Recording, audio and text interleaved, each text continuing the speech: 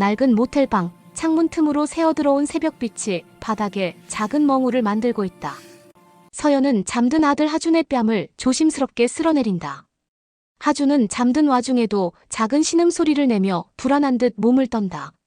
서연의 눈가에 그늘이 들이운다. 하준아, 엄마가 미안해. 다시는 그 지옥으로 돌아가지 않아. 서연은 조용히 짐을 싼다.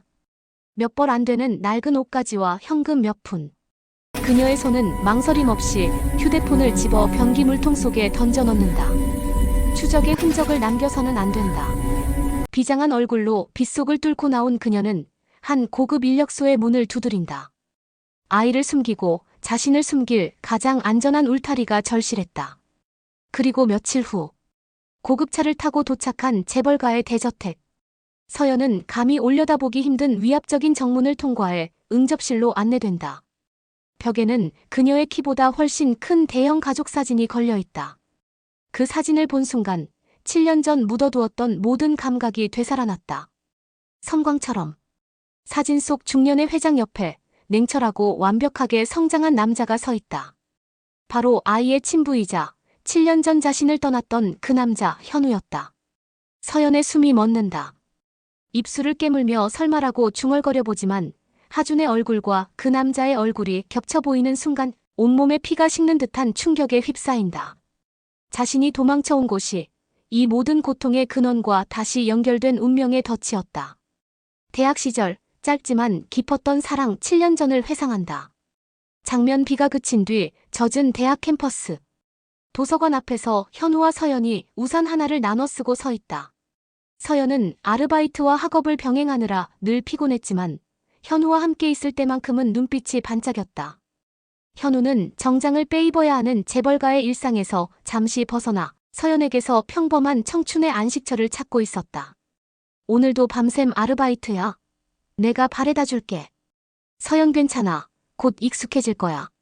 너처럼 좋은 차를 타는 사람들은 이해 못하겠지. 이 시간에 걷는 것도 나한테는 일종의 휴식이야. 나도 이 생활이 잠시뿐이야. 아버지 때문에 잠깐 한국에 들어와 있는 것뿐이고 어쩌면 너와 함께 있는 이 순간이 내게는 가장 평범하고 소중한 휴식이야. 서로를 향한 끌림은 걷잡을 수 없었다. 현우는 서연의 가난하지만 꺾이지 않는 생명력에, 서연은 현우의 고독하지만 따뜻한 시선에 위로받았다. 그들의 만남은 완벽하게 비밀스러웠고 그래서 더욱 간절했다. 밤이 깊어질수록 그들의 사랑은 깊은 감성 속으로 빠져들었다. 가족의 반대와 급작스러운 이별. 장면 현우의 연락이 갑자기 두절된 지 일주일 후. 현우는 서연을 캠퍼스 외곽의 한 카페로 급하게 불러낸다. 그의 표정은 딱딱하게 굳어있고 눈빛은 불안했다. 무슨 일이야? 갑자기 연락이 안 돼서 얼마나 걱정했는데. 너 혹시 아프기라도 했던 거야? 서연아, 나 내일 새벽에 떠나. 예정보다 훨씬 빨라졌어. 갑자기 해외 파견이라고 했잖아. 그럼 언제 돌아오는데? 나도 몰라. 아버지가 가문에서 허락하지 않아. 내가 너와 함께 있다는 사실을 아셨어. 절대 용납하지 않겠다고 하셨고 내 모든 통신 수단을 막아버렸어. 현우는 서연에게 어떤 말도 어떤 약속도 할 수 없었다. 그의 눈빛에는 미안함, 체념, 그리고 어쩔 수 없는 무력감이 뒤섞여 있었다. 서연은 그의 손을 놓고 텅 빈 눈으로 현우를 바라보았다. 그들의 사랑은 재벌가의 차가운 벽 앞에서 속절없이 무너졌다. 현우는 죄인처럼 급하게 자리를 떠났고 서연은 아무 말도 하지 못한 채 홀로 남겨졌다. 임신 사실과 절망적인 현실.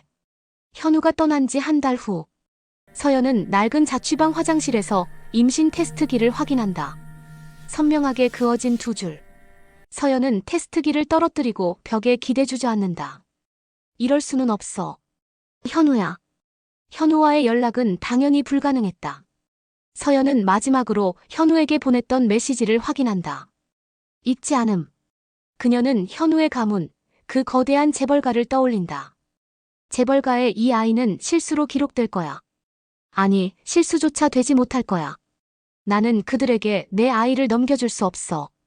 그 차가운 집에서 아이가 상처받는 것을 볼 수 없어. 두려움과 절망이 그녀를 덮쳤지만 뱃속의 생명은 그녀를 강하게 만들었다. 그녀는 결심했다. 이 아이를 홀로 낳고 세상의 시선으로부터 지키겠다고. 이 결단은 7년간 그녀의 삶을 지배하는 강한 모성애의 시작이었다. 4. 홀로 아이를 낳은 후 불안감. 장면 서연은 7살이 된 하준과 함께 작은 방에서 생활한다. 하준이 밤에 고열로 끙끙 앓는다. 서연은 당장 병원에 데려갈 돈조차 없어 하준을 끌어안고 밤새 기도한다. 현우에게 도움을 요청할 수 없었다. 하지만 가장 고통스러웠던 순간은 이 작은 아이가 아플 때였다. 나는 너무 약했다. 아이를 지켜줄 든든한 울타리가 절실했다. 그 누구의 도움도 없이 홀로 싸우는 것이 두려웠다. 그녀는 하준에게 아빠라는 존재를 만들어주고 싶었다. 하준을 지켜줄 수 있는 강인한 보호자. 그 불안감은 서연의 판단력을 흐리게 했다. 폭력 남편 준혁과의 만남과 오판. 사회봉사단체에서 만난 준혁. 겉으로는 책임감이 강하고 불우한 이웃을 돕는 따뜻한 남자로 보였다. 하준에게도 다정하게 대해주는 그의 모습에 서연은 마음의 문을 연다. 준혁 혼자 아이 키우느라 고생 많았죠. 이제 제가 서연 씨와 하준 군의 든든한 보호자가 되어줄게요. 제가 책임질게요. 나는 그의 강인한 어깨를 보았다. 그가 하준을 지켜줄 수 있을 거라 믿었다. 내 평생의 가장 큰 오판이었다. 사랑이 아닌 안전을 찾으려던 나의 비겁한 욕심이 불러온 비극이었다. 결혼 직후 폭력의 시작. 장면 작고 단출했던 서연과 준혁의 결혼식 사진. 사진 속 서연은 애써 미소 짓고 있다. 하지만 이어진 화면은 결혼 후의 냉랭한 집안 풍경이다. 결혼했으면 남편 말에 복종해야지. 내가 뭔데 내 일에 참견해. 내가 너를 구해줬는데 감사할 줄 알아야지. 서연은 고개를 숙인 채 떨고 있다. 준혁의 통제와 폭력은 결혼 직후부터 시작되었다. 겉으로만 보았던 책임감은 사실 통제욕이었고 강인함은 폭력성이었다. 서연은 고립되었고 경제적으로도 완전히 통제당했다.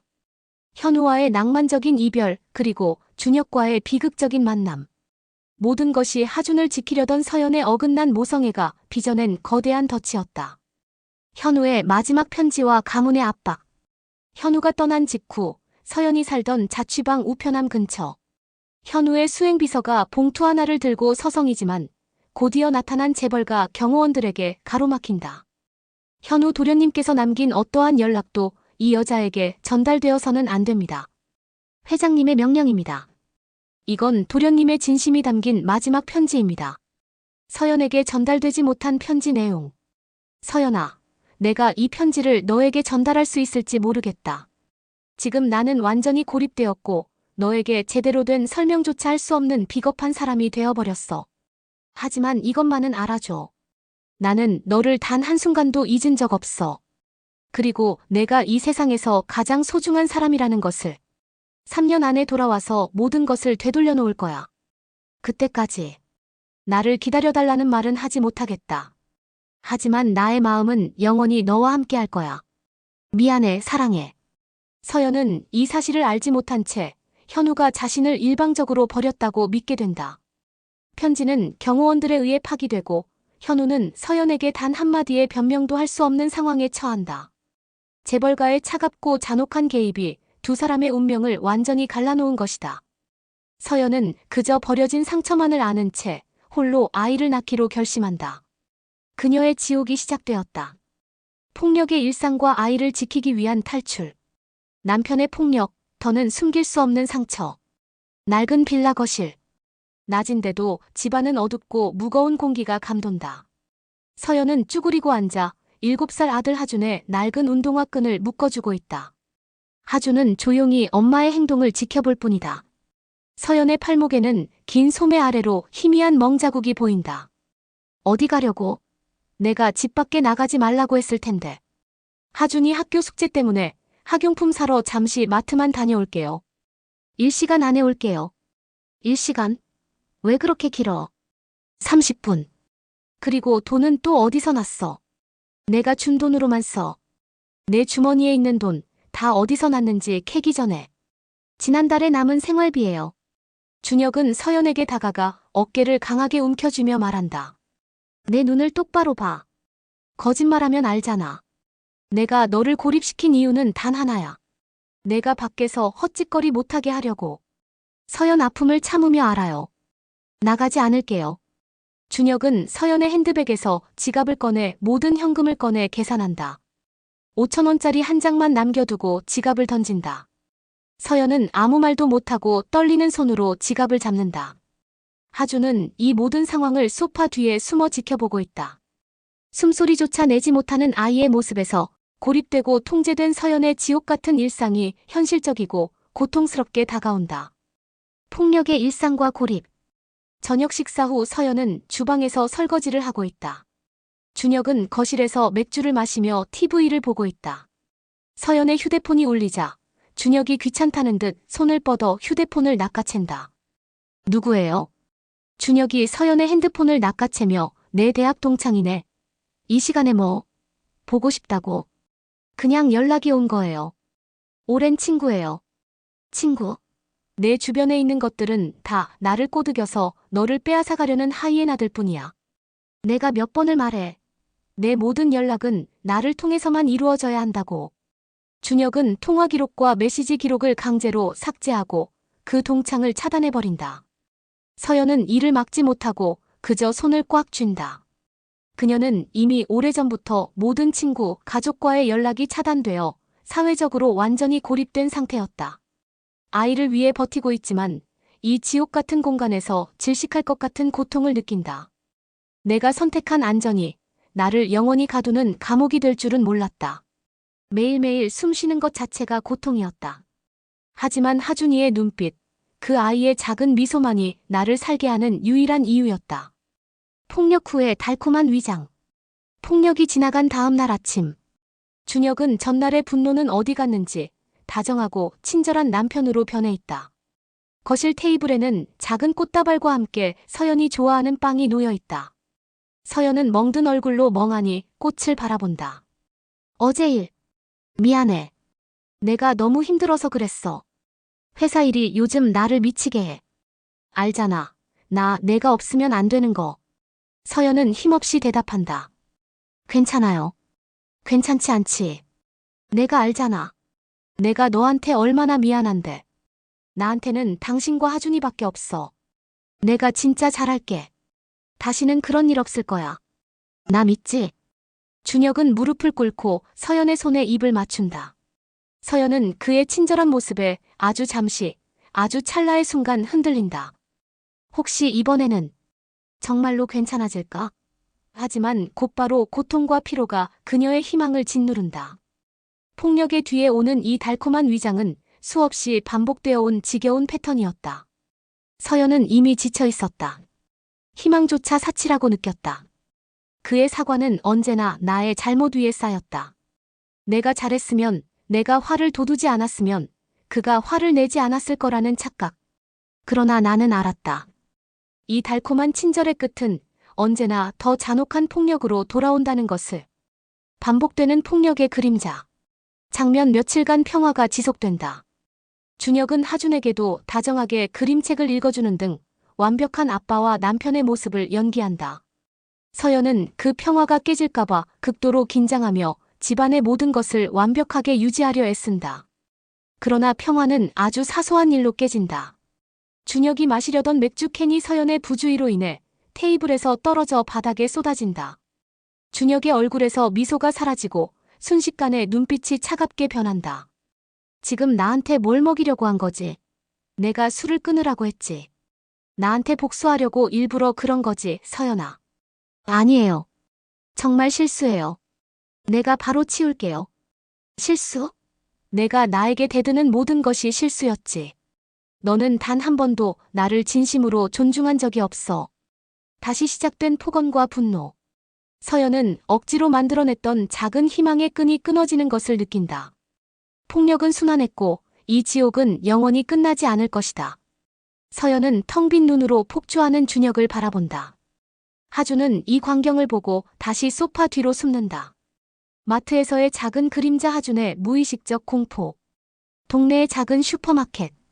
서연은 장바구니를 들고 조심스럽게 물건을 고른다. 하준은 평소처럼 엄마 옆에 바짝 붙어 주변을 살피고 있다. 서연은 최대한 빨리 이 공간을 벗어나고 싶어 초조한 기색이다. 서연은 하준이에게 작은 목소리로 말한다. 하준아, 엄마 저 위에 있는 달걀 좀 잡아줄 수 있어? 조심해서. 하준은 까치발을 하고 달걀 상자에 손을 뻗는다. 그때 뒤에서 무심히 카트를 밀고 지나가던 덩치 큰 중년 남성이 하준에게 실수로 카트의 모서리를 살짝 부딪힌다. 미안하다. 안 다쳤니? 그러나 하준은 그 접촉에 화들짝 놀라며 비명조차 지르지 못하고 손에 닿으려던 달걀 상자를 놓친다. 아직 부딪히지 않은 중년 남성의 팔을 보고 마치 어떤 일을 예상이나 하듯이 기역자 모양으로 움츠리며 뒤로 물러난다. 그의 작은 몸이 순식간에 돌처럼 굳어지며 눈은 공포로 가득 찬다. 그것은 의식적인 두려움이 아니었다. 몸이 먼저 반응하는 지독한 트라우마의 흔적이었다. 서연은 이 광경을 목격하자마자 다리에 힘이 풀려 그 자리에 무너져 내릴 뻔한다. 심장이 찢어지는 듯한 고통이 그녀를 덮쳤다. 손으로 입을 틀어막지만 눈에는 눈물이 고이고 목소리를 내지 않으려 필사적으로 참는다. 재빨리 하준을 억지로 품에 껴안은 서연은 그의 작은 어깨가 자신의 품 안에서 경련하는 것을 느낀다. 중년 남성에게는 고개 숙여 사과하지만 서연의 시선은 오직 하준에게 고정된다. 서연은 하준을 안아주며 말한다. 괜찮아, 하준아. 엄마가 있어. 아무도 우리 하준이 건드리지 않아. 절대로. 하준은 중년 남성이 코너를 돌아 멀리 사라질 때까지 서연의 옷자락을 놓지 않는다. 서연은 아이의 떨림을 온몸으로 느낀다. 그녀의 눈앞에 준혁이 하준을 향해 손을 올리려던 수많은 순간들이 섬광처럼 스쳐 지나간다. 이 남편의 폭력이 이제 겨우 7살인 하준의 무의식에 얼마나 깊은 그림자를 드리웠는지 그 깊이를 비로소 온몸으로 깨닫는다. 아빠와 비슷한 체격의 모든 남성을 위협적인 존재로 인식하게 된 것이다. 그녀는 아들의 공포를 보면서 자신이 실패한 엄마라는 잔혹한 사실을 마주한다. 나는 안전을 원했다. 하지만 내 아이에게 폭력의 그림자만 물려주었다. 하준의 몸에 새겨진 이 무의식적인 공포는 내가 더 이상 버틸 수 없음을 알리는 마지막 경고였다. 아이에게서 이 공포를 제거하려면 나는 이 지옥을 부수고 나가야 했다. 당장 오늘 밤, 이 절박한 순간이 내게 주어진 마지막 기회였다. 이제 돌아볼 곳은 없다. 준혁이 아이에게 손을 올리려는 순간. 늦은 저녁. 준혁의 폭언은 극에 달하고 결국 분노 조절이 되지 않는 지경에 이른다. 하준이 공포에 질려 엄마에게 달려와 서연의 다리를 붙잡고 운다. 내가 이 집에 불행만 가져온 거야. 너만 없었으면. 준혁은 아이에게 손을 올리려는 찰나 서연이 본능적으로 하준 앞으로 달려와 아이를 등 뒤에 감싼다. 그녀는 이제 완전히 무너졌지만 그 절망 속에서 강한 의지를 발견한다. 서연 완전히 무너진 목소리로 준혁의 팔을 필사적으로 붙잡는다. 제발. 이 아이만은. 때리지 마세요. 내가 다 맞을게요. 나한테 하세요. 제발. 서연은 온몸으로 하준을 감싸 안는다. 그 순간 서연의 눈빛은 공포를 넘어선 결단으로 변한다. 이 순간이 마지막이다. 여기서 멈추지 않으면 하준은 영원히 상처 입을 것이다. 도망을 위한 마지막 준비. 새벽 4시. 알람이 울리지 않도록 설정해둔 시계가 조용히 빛을 낸다. 서연은 잠든 준혁의 옆에서 조심스럽게 일어난다. 숨소리조차 내지 않으려고 입을 틀어막는다. 서연은 심장이 터질 것 같았다. 움직이는 모든 순간이 긴장의 연속이었다. 마지막으로 이 집안에 있는 하준이의 흔적들을 눈에 담았다. 더 이상 돌아오지 않을 곳. 서연은 집안의 모든 곳을 뒤져 숨겨둔 비상금을 긁어모은다. 아이의 가방에 옷 몇 벌과 작은 담요, 그리고 하준이 가장 좋아하는 인형을 챙긴다. 모든 것은 소리 없이 그림자처럼 진행된다. 그녀는 마지막으로 준혁의 얼굴을 바라본다. 분노와 증오 대신 텅 빈 무감각만이 남아있다. 휴대폰을 변기에 던져넣는다. 비 오는 새벽, 은밀한 탈출. 새벽 5시. 비가 내린다. 준혁의 출근 시간이 되기 전 가장 위험하지만 유일한 기회다. 서연은 잠든 하준을 조심스럽게 안아든다. 하준은 엄마의 품에 안겨 불안한 잠을 이어간다. 서연은 현관문 앞에 선다. 낡은 문을 여는 순간 삐걱거리는 작은 소리조차 천둥처럼 들린다. 서연은 눈을 질끈 감고 문을 열어 젖힌다. 복도, 계단, 그리고 마침내 골목길. 비에 젖은 새벽 공기가 서연의 폐로 차갑게 들어온다. 서연은 하준을 더욱 단단히 안고 달리기 시작한다. 추적당할까봐 휴대폰을 버렸고 갈 곳은 정하지 못했다. 그저 이 빌라의 낡은 문턱을 벗어났다는 사실 하나만이 그녀를 살게 했다. 모든 것이 불확실했지만 적어도 폭력은 없었다. 이 세상이 아무리 차가울지라도 적어도 하준에게 더 이상 아빠의 손이 닿을 일은 없었다. 서연은 인적이 드문 곳에서 택시를 잡기 위해 손을 흔든다. 비에 젖은 서연과 아이의 모습은 처절함 그 자체다.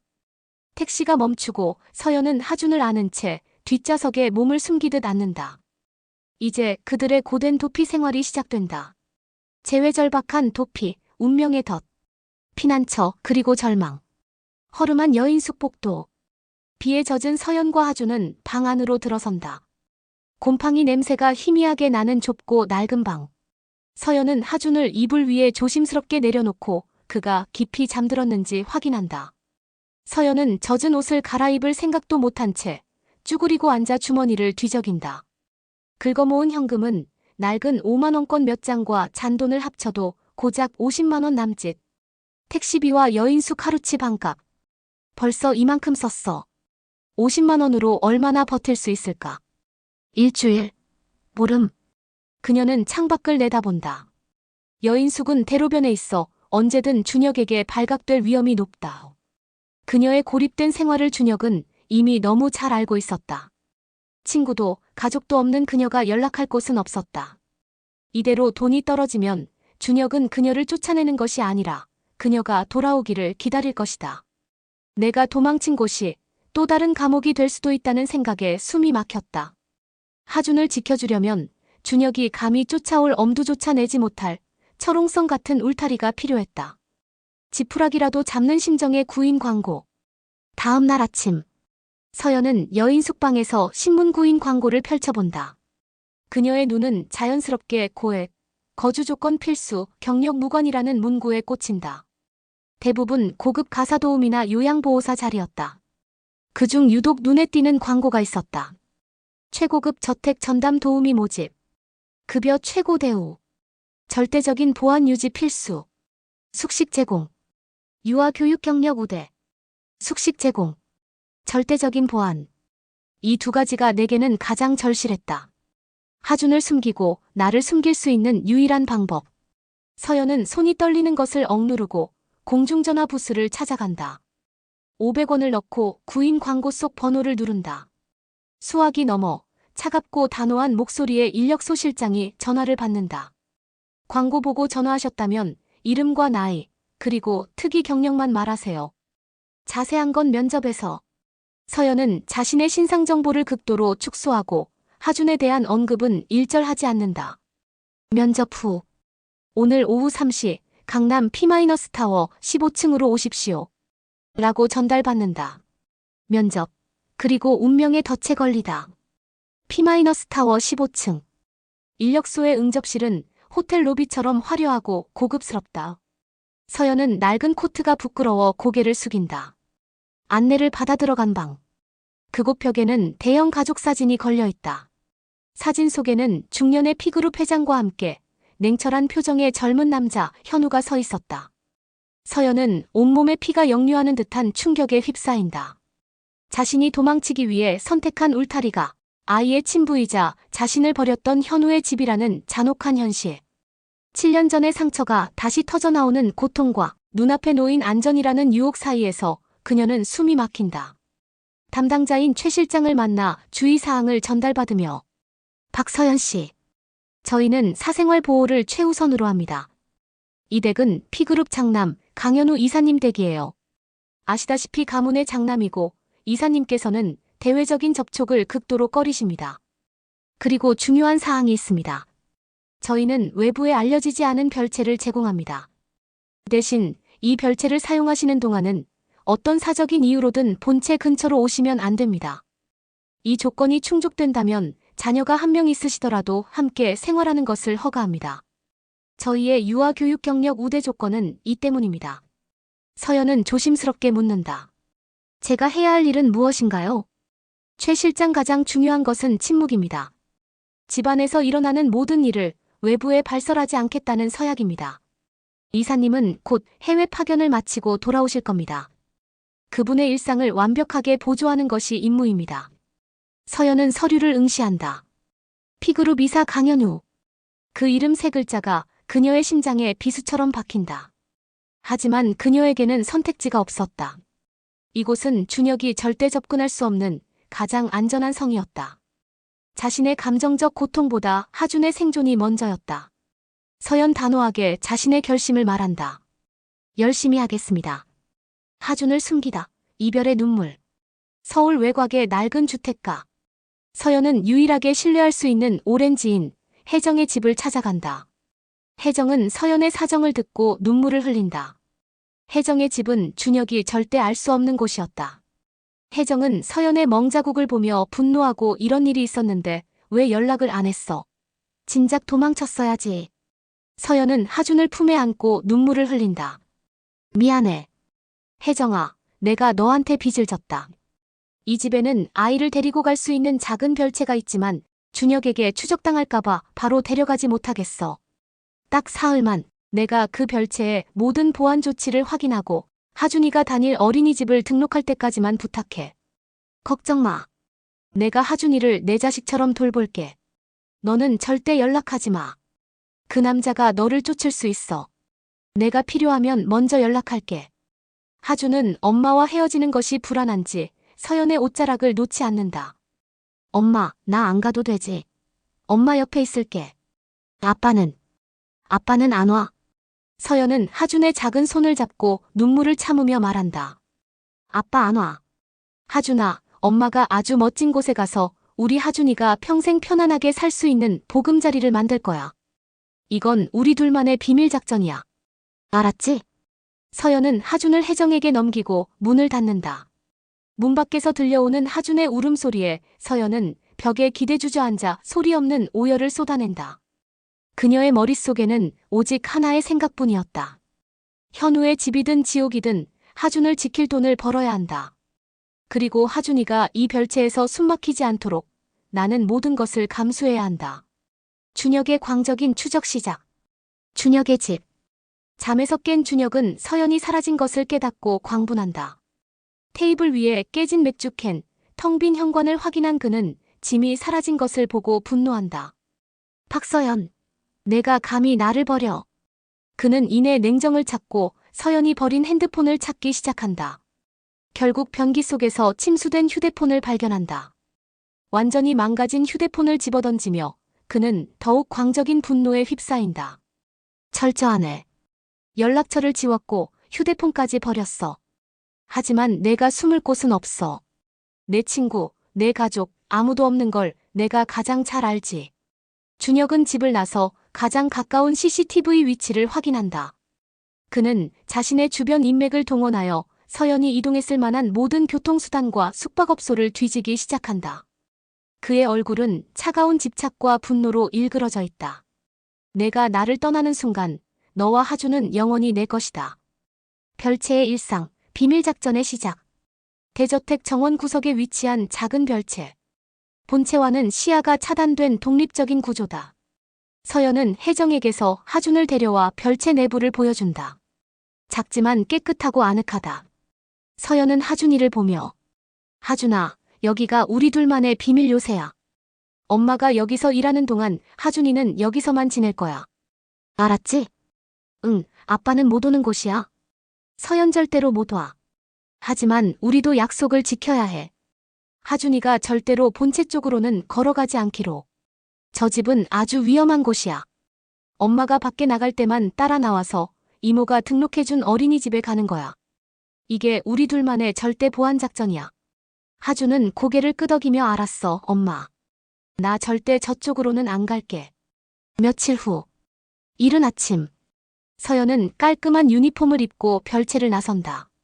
본체로 출근하기 위해서다. 하준은 서연이 싸준 도시락 가방을 메고 서연의 손을 잡고 정원 구석의 쪽문으로 향한다. 멀리서 유치원 통학버스가 보인다. 내가 하준에게 절대 안전을 약속하기 위해 선택한 곳이 아이의 친부 현우가 사는 집이라는 사실.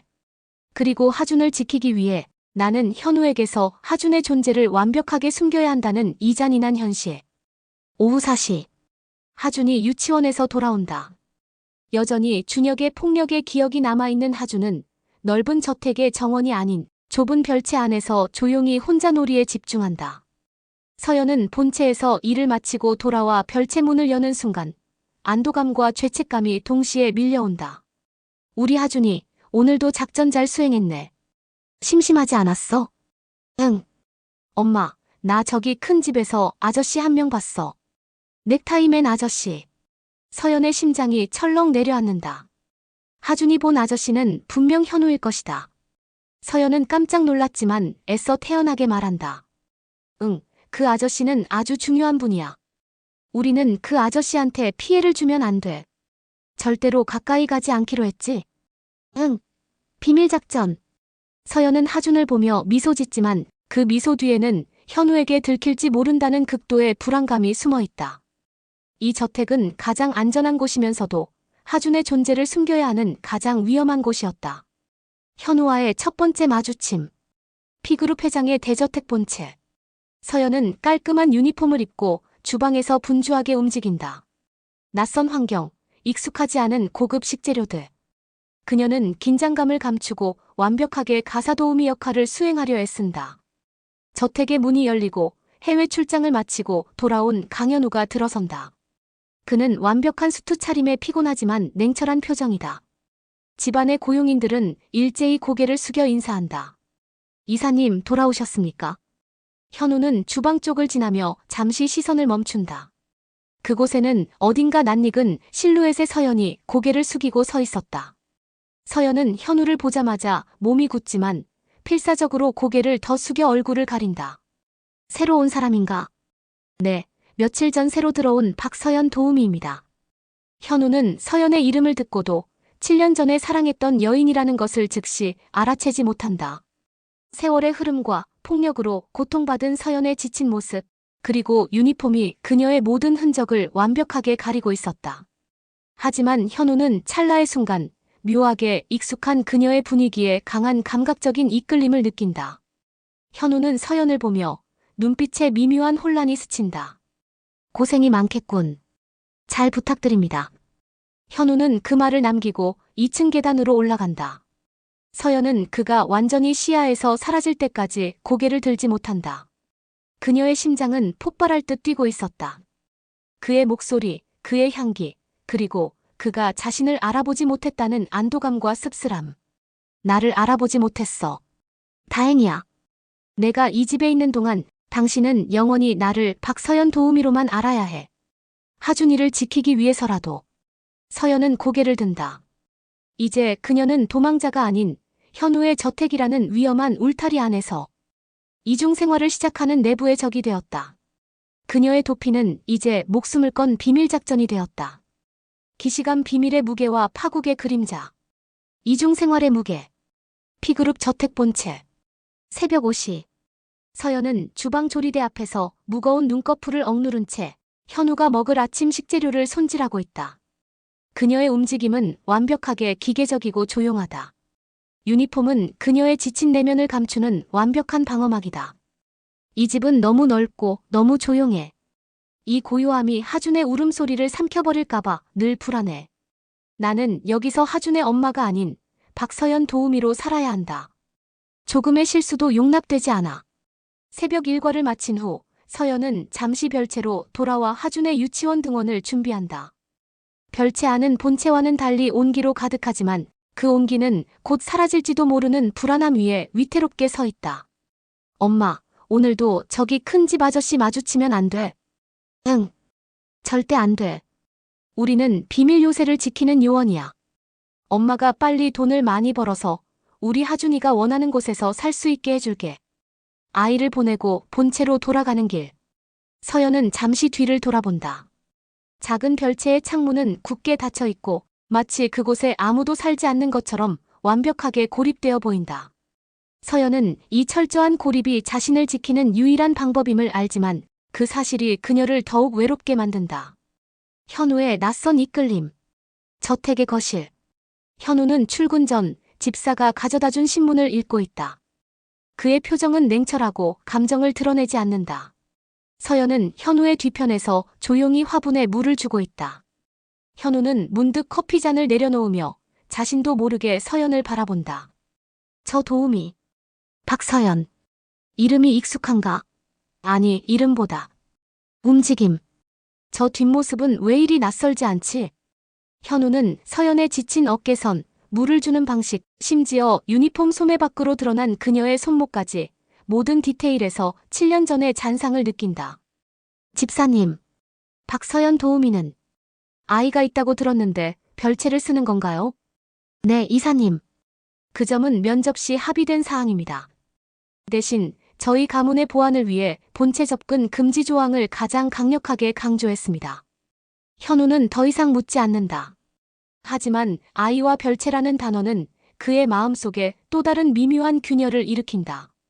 왜 저런 좋은 조건에 보안이 철저한 집에서 아이를 숨기듯 키우려 하는 걸까? 현우의 냉철한 호기심이 발동한다. 하준의 작은 흔적. 오후. 서연이 현관 쪽 화단에 놓인 이사님의 고급 구두를 닦기 위해 잠시 본체 밖으로 나온 순간 하준이 유치원에서 가져온 작은 그림책 하나가 화단 덤불 속에 살짝 끼어 있다. 서연은 그림책을 발견하고 식은땀을 흘린다. 하준이가 통학버스 탈 때 실수로 떨어뜨렸나 보다. 이 작은 실수 하나가 모든 것을 망가뜨릴 수 있어. 하준아, 제발. 그때 현우가 주차장 쪽에서 걸어 나오다가 서연이 허둥지둥 무언가를 주워 숨기는 모습을 목격한다. 박서연 씨. 뭘 숨기는 겁니까? 아닙니다. 이사님. 잠시. 떨어진 나뭇잎을 치웠습니다. 현우는 그녀의 떨리는 눈빛과 새하얗게 질린 얼굴을 놓치지 않는다. 그는 그녀에게 다가와 그녀가 방금 주운 곳, 덤불 속을 유심히 살핀다. 아무것도 없다. 별채 생활이 불편한 것은 없습니까? 저희 집의 규율은 매우 엄격합니다. 특히 보안에 관해서는 불편함은 없습니다. 명심하겠습니다. 현우는 고개를 끄덕이고 차에 오른다. 차가 움직인 후 서연은 다리가 풀려 주저앉을 뻔한다. 그녀가 주었다고 생각했던 그림책 대신 하준이 가장 좋아하는 낡은 노란색 공룡 장난감이 아직 덤불 속에 반쯤 숨겨져 있었다. 그녀는 장난감을 발견하지 못했다. 현우, 트라우마와 공룡 장난감. 현우는 늦게 퇴근하고 돌아온다. 그는 서연이 치웠던 덤불 근처에서 번쩍이는 노란색을 발견한다. 그는 무심코 그것을 줍는다. 하준의 낡은 공룡 장난감이었다. 낡았군. 유치원에 다니는 아이의 것인가? 순간 현우의 뇌리에 자신의 어린 시절 스쳐 지나간다. 어린 시절, 그의 방에서 가지고 놀던 낡고 유일했던 장난감. 그리고 그 장난감이 그의 아버지에게 짓밟혔던 기억. 그는 장난감을 주머니에 넣고 계단을 오른다. 그는 잠시 걸음을 멈추고 별채 쪽을 바라본다. 불이 꺼져 칠흑 같은 어둠 속에 잠긴 별채. 현우는 알 수 없는 이끌림에 그리고 서연의 숨막히는 비밀에 점점 더 빠져든다. 준혁의 포위망, CCTV의 단서. 준혁은 탐정사무소에서 제공받은 CCTV 분석 영상을 보고 있다. 서연이 공중전화 부스를 사용하고 P-타워로 향하는 모습이 포착되었다. 이후 행적은 완전히 사라졌습니다. P-타워는 보안이 워낙 철저해서. 하지만 그녀가 강남권, 그것도 고급 인력소와 접촉했다는 건 분명합니다. 고급 인력소. 그 창녀 같은 계집이 분명히 돈 많은 남자에게 빌붙었을 것이다. 하준을 데리고 준혁은 P-타워 인력소를 통해 거래된 모든 고급 주택 명단을 훑어보라고 지시한다. 그는 서연이 결코 닿을 수 없을 것이라 생각했던 상류층의 영역에 그녀가 숨어있다는 사실에 더욱 분노하고 질투한다. 나를 버리고 도망친 대가를 치르게 해주겠다. 하준을 찾는 순간 너는 다시 내 지옥으로 돌아올 것이다. 내가 숨은 곳이 천국이라 할지라도 내가 지옥으로 만들어주지. 비상상황, 찰나의 접촉. 자정 무렵 서연은 잠든 하준의 뺨을 만졌다가 깜짝 놀란다. 하준의 몸이 불덩이처럼 뜨거웠다. 혜정에게 연락할 수도 외부의 도움을 요청할 수도 없다. 이 고립된 저택 안에서 그녀는 스스로 해결해야 한다. 하준아. 안 돼. 서연은 당장 해열제를 찾기 위해 본체의 메인 약품 보관실로 가야 한다. 본체 접근 금지라는 약속을 깨야 한다.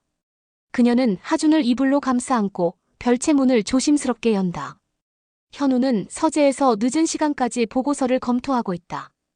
약품 보관실은 서재 바로 옆에 있다. 서연은 조심스럽게 약품 보관실 문을 열고 들어가 해열제를 찾는다. 그때 서재 문이 열리는 소리가 들린다. 현우였다. 누구? 박서연 씨.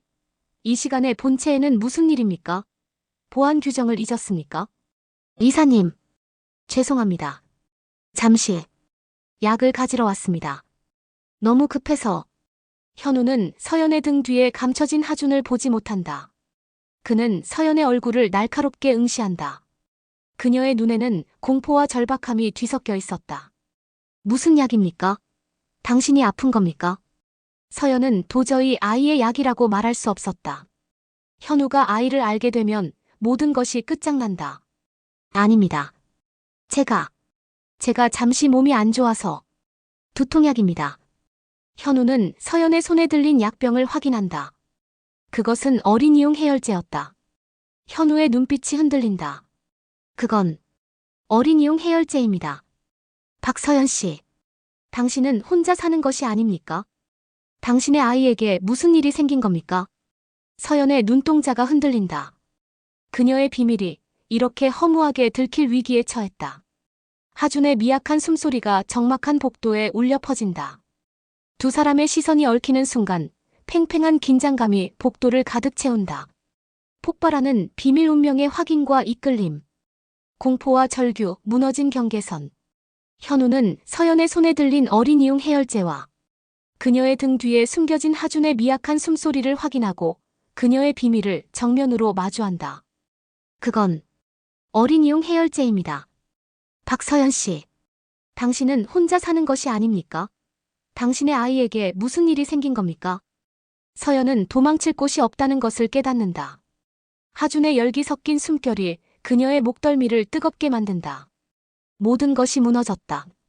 그녀는 현우에게서 하준을 감싸 안은 채 천천히 몸을 돌린다. 하준의 붉게 달아오른 얼굴이 현우에게 노출된다. 제발 이사님. 당장 별채로 돌아가게 해주세요. 아이가 아파요. 열이 너무 높아요. 현우는 하준을 보자마자 이성적인 판단이 멈춘다. 그 작은 아이의 고통스러운 모습에 이전에 느껴보지 못한 격렬한 충격과 분노가 치밀어 오른다. 이게 대체 무슨... 별채에는 무슨 의약품도 없습니까?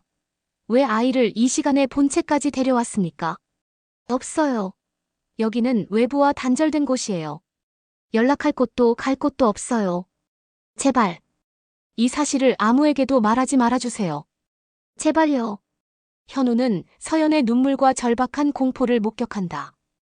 이성은 보안 규정을 외쳤지만 그의 몸은 본능적으로 움직였다. 아이를 저렇게 방치할 수는 없었다. 그는 서연에게서 하준을 안아들고 하준의 불덩이 같은 체온을 느낀다. 일단 응급실은 안 됩니다. 보안이 새나갈 수 있어요. 따라오세요. 당장 제 방으로 갑니다. 아이를 눕히고 조치를 취해야 합니다.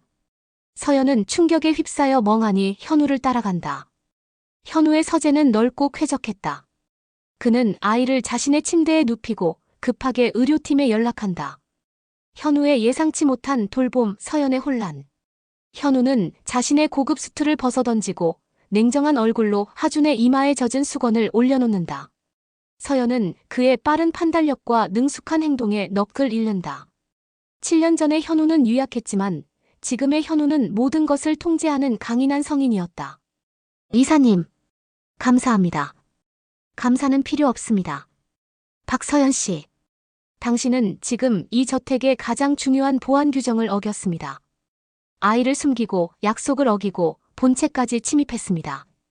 이 일이 발각되면 당신은 물론이고 아이까지 안전할 수 없습니다. 알아요. 하지만 아이가 아픈데 제게는 하준이밖에 없어요. 이 집이, 이 별채가 세상에서 가장 안전하다고 믿었는데. 현우는 서연의 떨림과 눈물을 본다. 그녀의 지친 어깨와 손목에 스쳐 지나간 희미한 멍 자국들이 그의 시야에 들어온다. 그는 서연이 단순히 돈 때문에 아이를 숨긴 것이 아님을 직감한다. 그녀가 무언가로부터 도망쳤다는 사실을. 누구에게서 도망친 겁니까? 아이의 아버지는? 서연은 현우에게 진실을 말할 수 없었다. 이 아이가 바로 당신의 아들입니다라고 말하는 순간 하주는 P그룹의 차가운 족쇄에 묶일 것이고 자신은 현우에게 버려졌던 과거를 다시 한번 경험할 것이다. 남편은 오래전에 떠났어요. 저는 그저 하준이를 아무도 찾을 수 없는 곳에 숨기려 했을 뿐이에요. 현우는 그녀의 말을 믿지 않았지만 더 이상 추궁하지 않는다. 그 순간 의료팀이 도착하고 하준에게 응급조치를 취한다. 현우와 하준의 첫 대면, 운명적인 이끌림. 소아과 의사가 돌아가고 하준은 해열제 덕분에 열이 조금 내렸다. 서연은 하준의 옆에 쪼그려 앉아 그의 손을 잡고 있다. 현우는 팔짱을 낀 채 멀리서 두 사람을 지켜본다. 그때 하준이 눈을 뜬다. 열에 지친 작은 눈동자가 서연을 찾다가 문득 멀리 서 있는 현우에게로 향한다. 하준아, 괜찮아. 엄마가 옆에 있어. 하준은 서연의 말에 반응하지 않고 현우를 한참 동안 응시한다. 그의 작은 얼굴에는 폭력 남편 준혁을 볼 때마다 나타나던 무의식적인 공포가 전혀 없었다. 대신 아주 낯설지만 편안하고 안전하다는 듯한 표정, 혹은 깊은 잠재의식 속에서 기억해낸 듯한 친밀감이 어렸다. 아저씨는 누구야? 현우는 하준의 질문과 그 아이가 자신을 바라보는 순수한 시선에 온몸이 감전된 듯한 충격을 느낀다. 그는 태어나서 단 한 번도 느껴보지 못한 격렬하고도 알 수 없는 이끌림을 느낀다. 7년 전 헤어졌던 서연을 봤을 때의 기시감과는 비교할 수 없는 심장을 관통하는 듯한 감정이었다. 나는 이 집 주인이야. 이름은 강현우. 하준은 현우의 얼굴을 자세히 들여다본다. 그리고는 그의 손에 들려있던 노란색 공룡 장난감을 발견한다. 내 공룡. 아저씨가 가져갔어? 현우는 그제야 자신의 주머니에서 장난감을 꺼낸다. 아이는 장난감을 받자마자 현우를 향해 희미하게 미소 짓는다. 그 미소에 현우의 냉철했던 가면이 순간적으로 무너진다. 그는 아이에게 손을 뻗어 머리를 조심스럽게 쓰다듬는다. 서연은 이 모든 광경을 지켜보며 입을 틀어막는다. 아이의 미소, 현우의 눈빛, 그리고 하준이 현우에게만 공포를 보이지 않는 이 기이한 현상. 그녀의 비밀이 운명적으로 두 사람을 엮고 있음을 온몸으로 느낀다. 낡은 공룡과 현우의 결심. 하준은 깊은 잠에 빠졌다. 서연은 침대 곁을 지키고 현우는 서재로 돌아왔다. 그의 손에는 낡은 노란색 공룡 장난감이 들려있다. 어린 시절 아버지에게 박살난 내 장난감과 저 아이의 장난감이 왜 이리 겹쳐 보이는가? 저 아이의 눈빛, 나를 처음 봤을 때 공포가 아닌 궁금증을 담고 있던 그 시선. 저 아이에게서 내가 잃어버렸던 나의 일부를 보는 것 같다.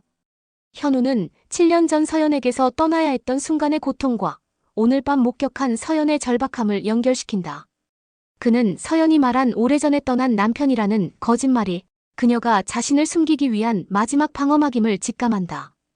별채 주변에 설치된 모든 CCTV를 다시 확인하세요. 그리고 내일 중으로 아이가 다니는 유치원의 위치와 등하원 시간을 조사하세요. 절대 외부에 노출되어서는 안 됩니다. 비밀리에. 그리고 이전에 내가 당신에게 부탁했던 P-타워 인력소를 통한 도우미 명단.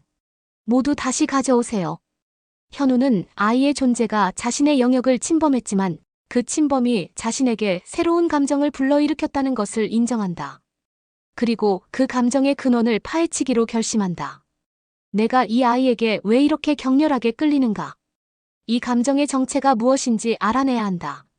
내 모든 이성과 논리를 무너뜨린 이 운명적인 이끌림을. 준혁의 접근, 턱 밑까지 온 위협.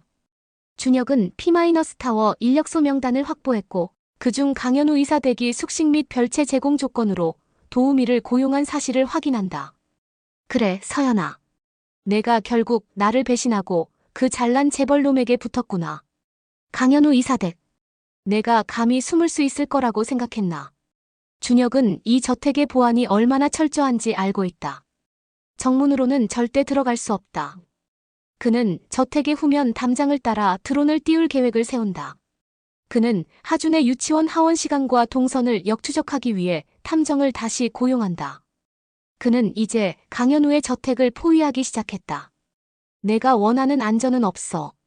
하준을 다시 내 품으로 데려오는 순간 너의 모든 고통은 다시 시작될 것이다. 그때는 내가 너를 영원히 가두어 둘 것이다. 현우의 섬세한 배려와 서연의 동요. 하준은 완전히 회복되어 별채로 돌아갔다.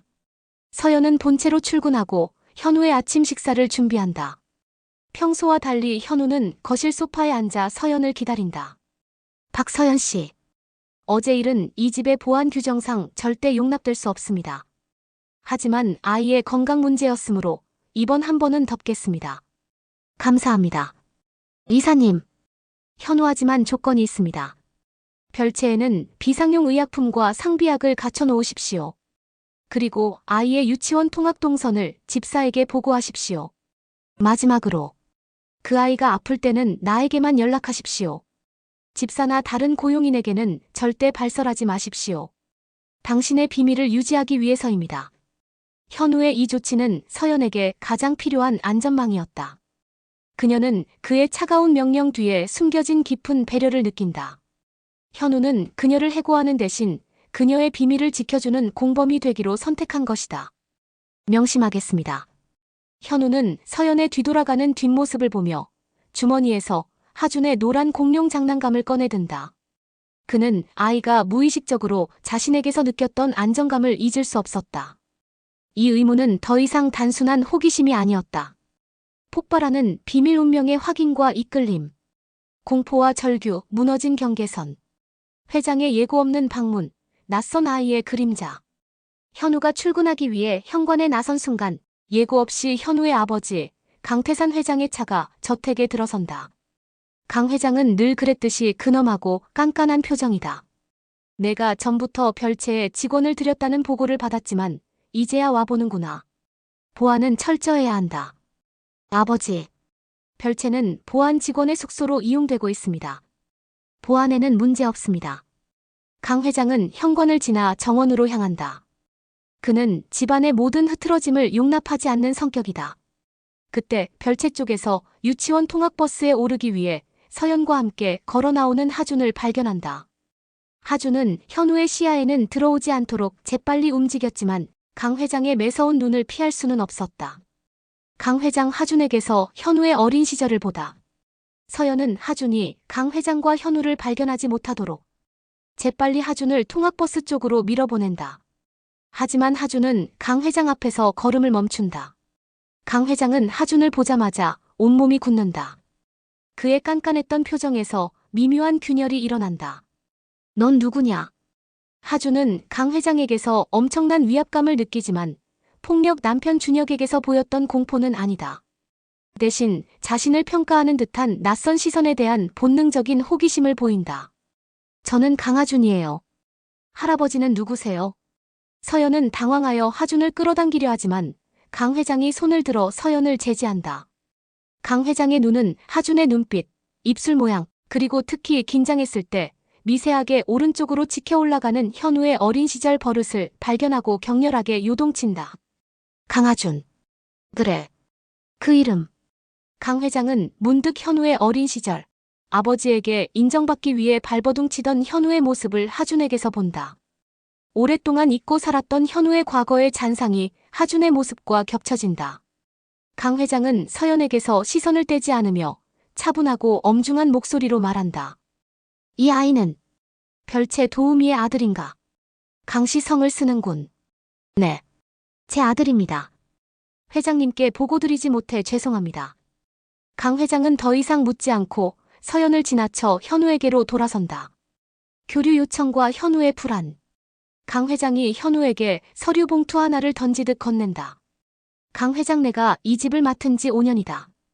집 안살림은 깔끔하지만 내 삶은 여전히 무덤 같구나. 내 나이가 몇인데 아직도 가문의 후계자 교육만 반복하고 있느냐. 무슨 말씀이십니까, 아버지? 강 회장 곧 P그룹의 정기 후계자 모임이 열린다. 3년째 불참하는 것은 용납 못한다. 너는 이제 세상과의 교류를 시작해야 한다. 결혼이든 사업적 파트너십이든. 강 회장은 창밖으로 별채 쪽을 응시한다. 그의 머릿속에는 방금 본 하준의 얼굴이 떠나지 않는다. 그리고 내 주변의 모든 환경을 조사할 필요가 있다. 내가 잊고 있는 것이 있을 수도 있으니.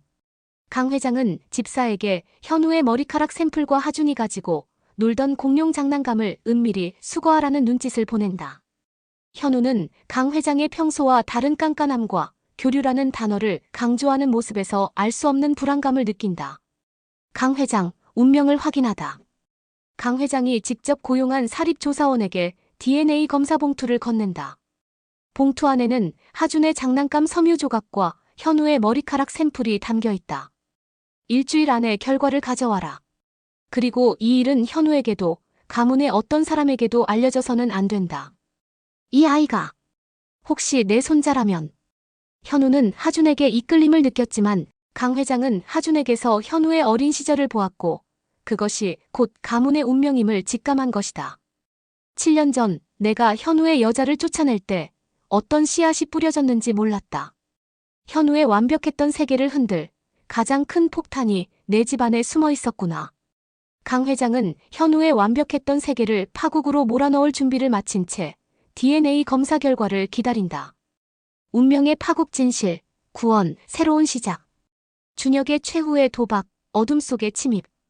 깊은 밤 준혁은 드론으로 저택 내부를 정찰하고 경비원들의 순찰 시간표를 파악한 후 후면 담장을 넘는다. 그의 손에는 서연과 하준을 강제로 데려갈 테이프와 수면제가 든 가방이 들려있다.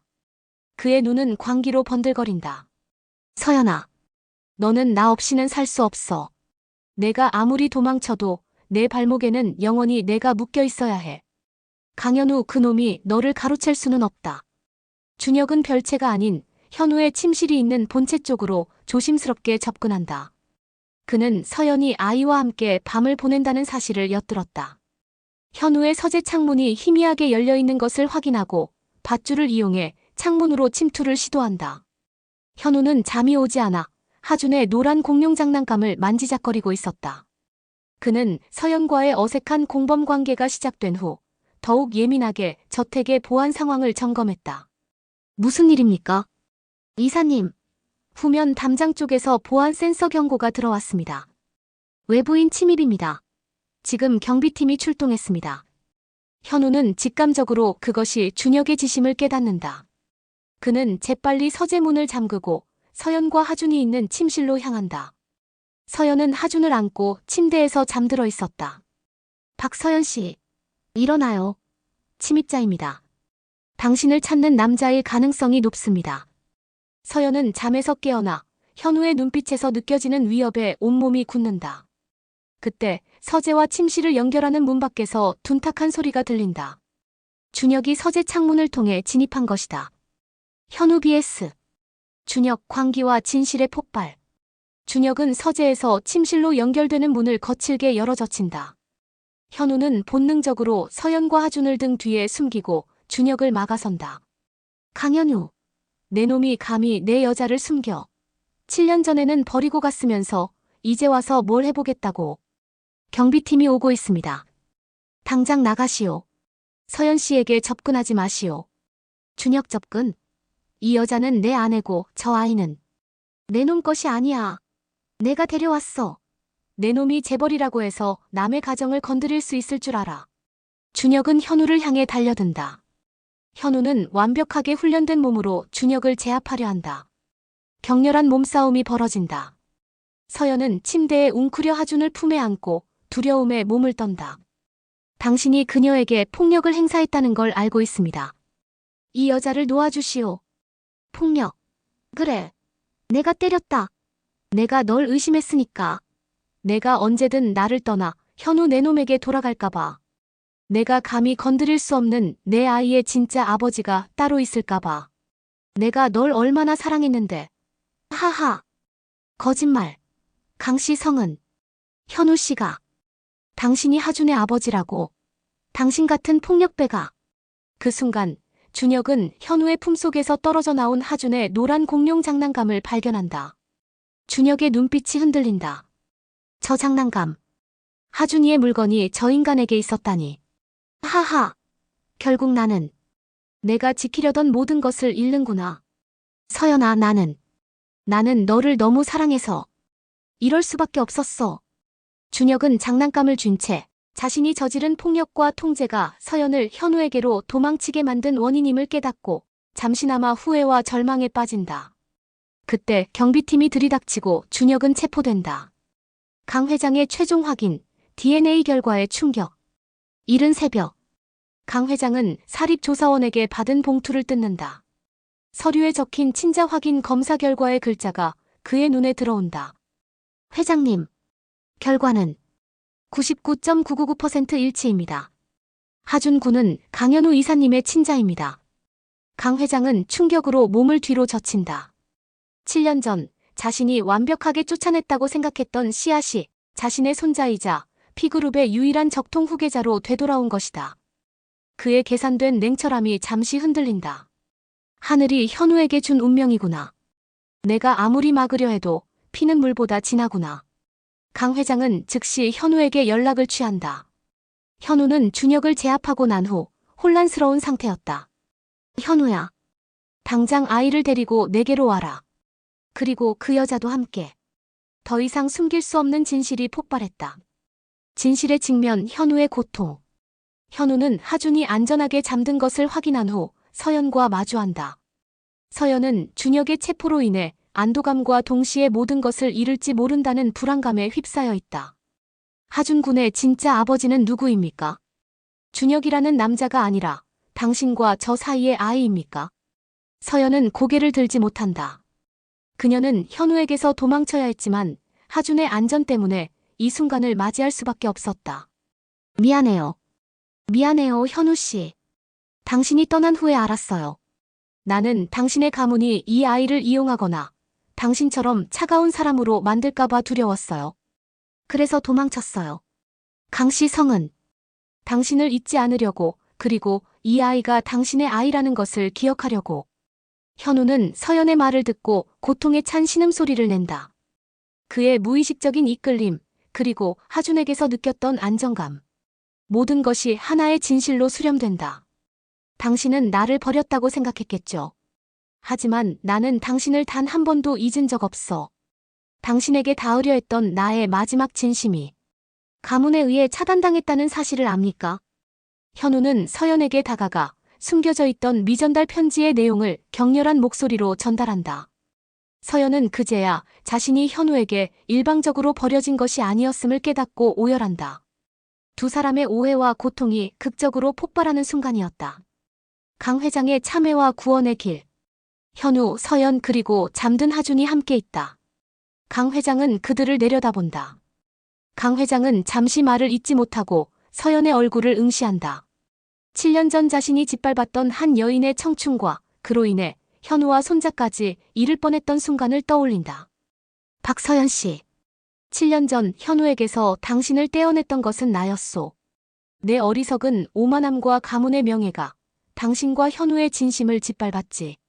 당신이 겪은 모든 고통, 진심으로 사과하오. 내가 당신과 현우에게 지은 죄는 결코 용서받을 수 없겠지만. 현우야, DNA 검사 결과는 확인했다. 하준은 강현우의 아들, P그룹의 유일한 적통 손자다. 내가 7년 전에 뿌리를 잘랐다고 생각했지만 헛된 짓이었어. 아버지, 저는 이 아이를 가문의 도구가 되게 하지 않을 겁니다. 닥쳐라. 너는 너의 운명과 이 아이의 운명을 피할 수 없다. 하지만 이번에는 내가 실수를 반복하지 않겠다. 강 회장은 서연을 향해 시선을 돌린다. 박서연 씨, 당신의 아이를 위해 선택해야 할 것이야. 그 아이는 더 이상 별채 도우미의 아들이 아니야. 그는 P그룹의 후계자로 자라야 하고 당신은 그 아이의 어머니로서 함께할 것이야. 아이를 보호할 수 있는 유일한 자격을 가진 당신의 선택에 따라 당신은 다시 우리 현우와 내 손자 하준이의 엄마가 되어 함께 해주면 안 되겠소? 서연은 하준을 품에 안은 채 강 회장을 똑바로 응시한다. 그녀의 눈빛에는 더 이상 두려움이 아닌 모성애가 낳은 강인한 결의가 담겨 있다. 회장님, 저는 하준의 어머니입니다. 저는 하준을 지키기 위해 이 모든 고통을 감수했습니다. 만약 하준이 안전하고 따뜻하게 자랄 수 있다면 어떤 조건이라도 받아들이겠습니다. 단 하준의 삶은 회장님의 통제나 가문의 이익이 아닌 현우 씨의 사랑 안에서 이루어져야 합니다. 새로운 구원, 두 사람의 재회. 몇 달 후 준혁은 폭행 및 아동학대, 주거침입 미수 혐의로 구속되고 서연은 준혁과의 관계를 완전히 정리한다. 아침 식사 시간 현우와 하준이 식탁에 앉아있고 서연은 도우미 유니폼이 아닌 심플하고 단정한 옷을 입고 그들의 옆에 앉아있다. 아저씨가 아빠가 되는 거야? 현우는 하준의 질문에 미소를 짓는다. 그 미소는 7년 전 서연과 함께 있을 때만 보여주던 순수하고 따뜻한 미소였다. 현우는 하준의 머리를 쓰다듬으며 미소 짓는다. 그래, 이제부터 나는 너의 아빠가 되는 거야. 그리고 너를 이 세상에서 가장 안전한 울타리 안에서 지켜줄 거야. 서연은 현우의 눈빛에서 7년 전 이별의 무력감이 아닌 자신과 하준을 향한 확고한 구원과 책임감을 발견한다. 그녀의 눈가에 눈물이 맺힌다. 이제 다시는 나는 너를 떠나지 않아. 7년 전에 못 지켰던 당신의 삶과 이 아이의 미래를 이제부터는 내가 책임질 겁니다. 현우는 서연의 손을 잡는다. 두 사람의 손이 겹쳐지는 순간 7년의 고통과 오해는 사라지고 운명적인 이끌림으로 맺어진 두 사람의 사랑이 비로소 완성된다. 에필로그 가족사진. 화려하지만 따뜻한 조명 아래 강 회장, 현우, 서연, 하준 네 사람이 함께 앉아 미소 지으며 사진기를 보고 있다. 하준은 현우와 강 회장 사이에 서서 양쪽 손을 잡고 있고 서연은 현우의 팔에 기대어 환하게 웃는다. 강 회장의 얼굴에도 처음으로 가문의 명예가 아닌 진정한 가족애에서 비롯된 온화한 미소가 어린다.